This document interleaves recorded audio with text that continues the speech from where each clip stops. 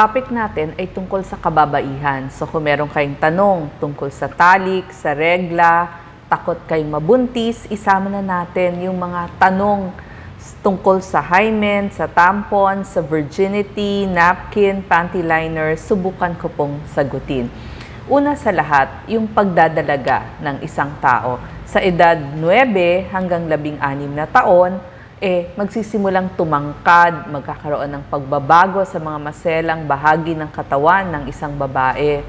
Nagkakaroon ng buhok, nagkakaroon ng regla, yung hormones lalabas na, magkakaroon din ng unang regla, yung tinatawag natin na menarche.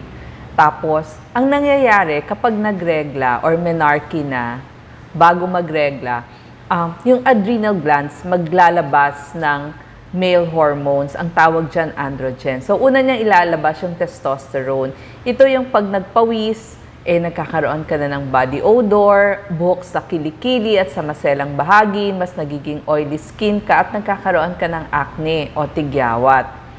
Mas napapansin mo na rin yung opposite sex.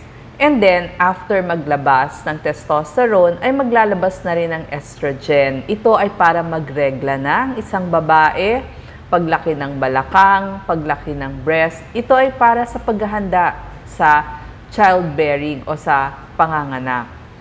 Pag nagregla ng isang babae, ibig sabihin, mas gumagawa na ng lactic acid yung katawan. Gusto ng katawan, mas mababa o mas acidic ang pH dun sa puwerta. Kasi pag mas acidic, mas nabubuhay yung lactobacilli. Ito yung mga good bacteria para sa healthy na puwerta.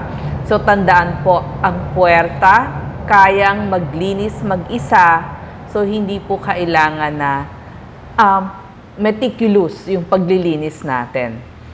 Pagdating naman sa tanong nyo tungkol sa hymen, yung hymen po ito yung takip na manipis dun sa puwerta. Usually, meron siyang mga butas para mailabas yung dugo kapag nagre-regla. So, butas-butas yan. Napupunit pag nagtalik o kaya nagkaroon na ng sexual activity. Kailan ba dapat ang unang gynecological exam o unang check-up ng isang babae? Kapag walang regla, kailangan ipatingin sa doktor bakit hindi nagre-regla o kaya naman sobrang lakas ng regla, baka bleeding na ito. At pag naging sexually active na ang isang babae, kailangan nagpapacheck up na sa OBGYN. Yung mga tanong nyo tungkol sa tampons at virginity, wala pa talagang baseline measurement na nagawa tungkol sa hymen. So, pero yung tampons, pwedeng magpalaki ng butas ng hymen kapag ginamit ng isang babae. Pero walang doktor na makakapagsabi kung ang virginity ay intact pa dahil sa paggamit ng tampon. So, hindi po masasabi. Pero masasabi ng mga OBGYN kung naging sexually active na ang isang babae. Ano ba ang virginity? So, maraming interpretasyon yan. Para sa iba, walang sexual activity. O sa iba naman, basta kahit walang pumasok na kahit anong bagay dun sa puwerta ng isang babae, katulad ng mga tampon. So sa iba't ibang kultura, pinapahalagahan pa rin ang virginity bago ang kasal. So depende yan kung anong culture. Pagdating naman sa sanitary pads, so maganda nga na imbento na ang sanitary pads, hindi na kailangan maglaba. Ang maganda, yung mga cotton sanitary pads na pasador.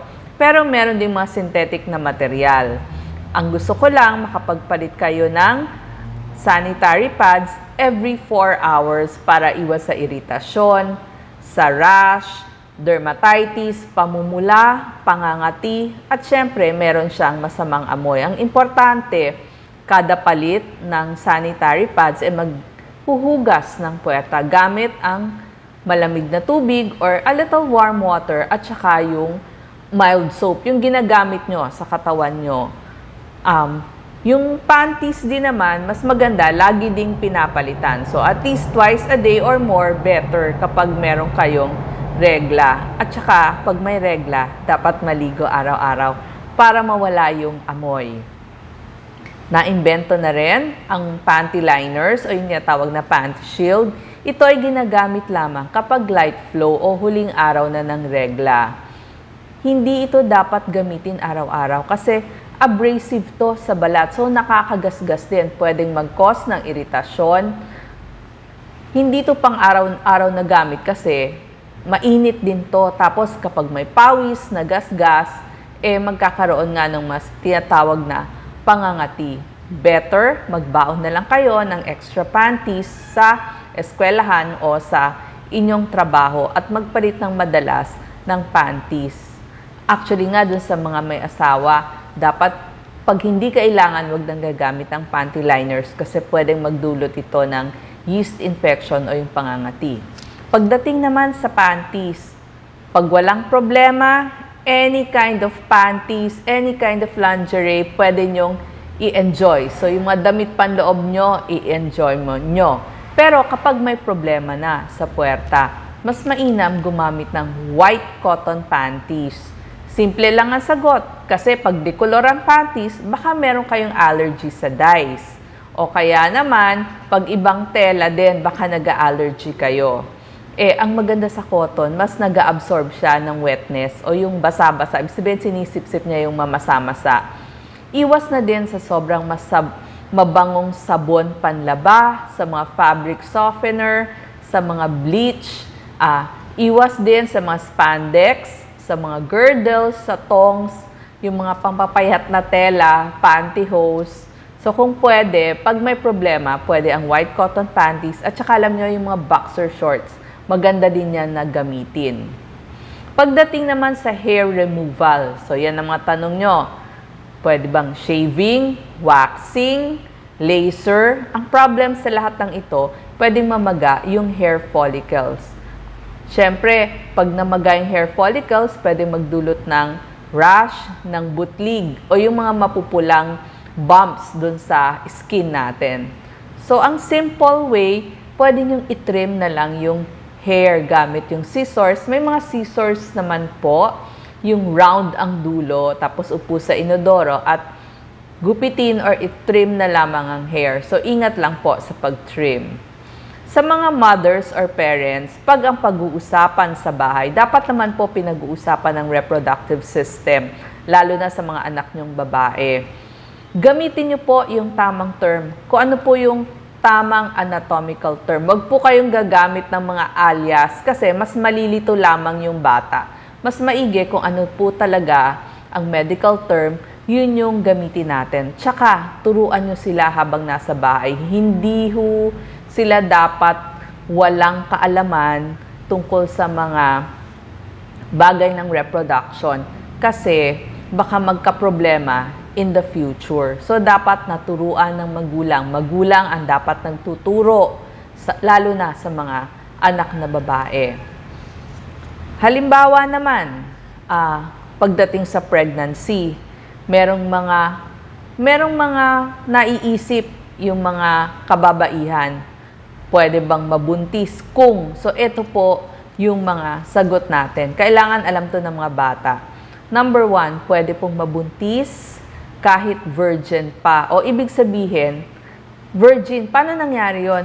Halimbawa, kapag nagtalik, nailabas dun sa labas ng puwerta or dun sa opening, pero wala namang nangyaring sexual activity, ibig sabihin walang penetration.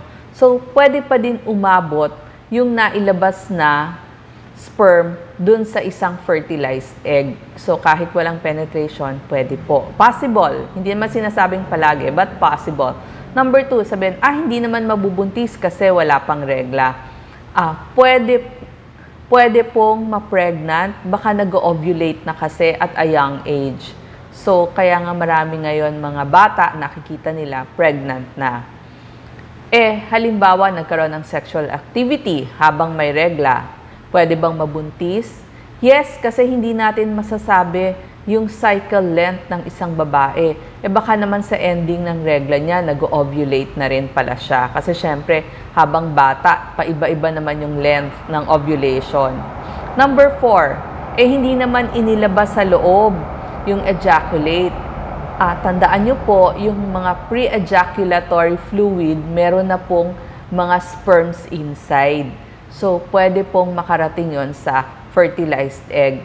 And number 5, hindi naman siya nag-enjoy o hindi naman niya nagustuhan yung sexual activity. Hindi po kailangang pleasurable ang nangyari. Kahit ho ganon, hindi pleasurable, talagang mabubuntis pa rin po. Number 6, hinugasan naman after. So, nag-douche. Nakaakyat na yung sperm o nakaabot na yung sperm dun sa fertilized egg bago ka nakapaghugas. So, pwede rin mag-cause ng pagkabuntis yung mga kahit pa sabihing nag-douche po kayo. So, mga kabataan, mag-isip-isip mabuti.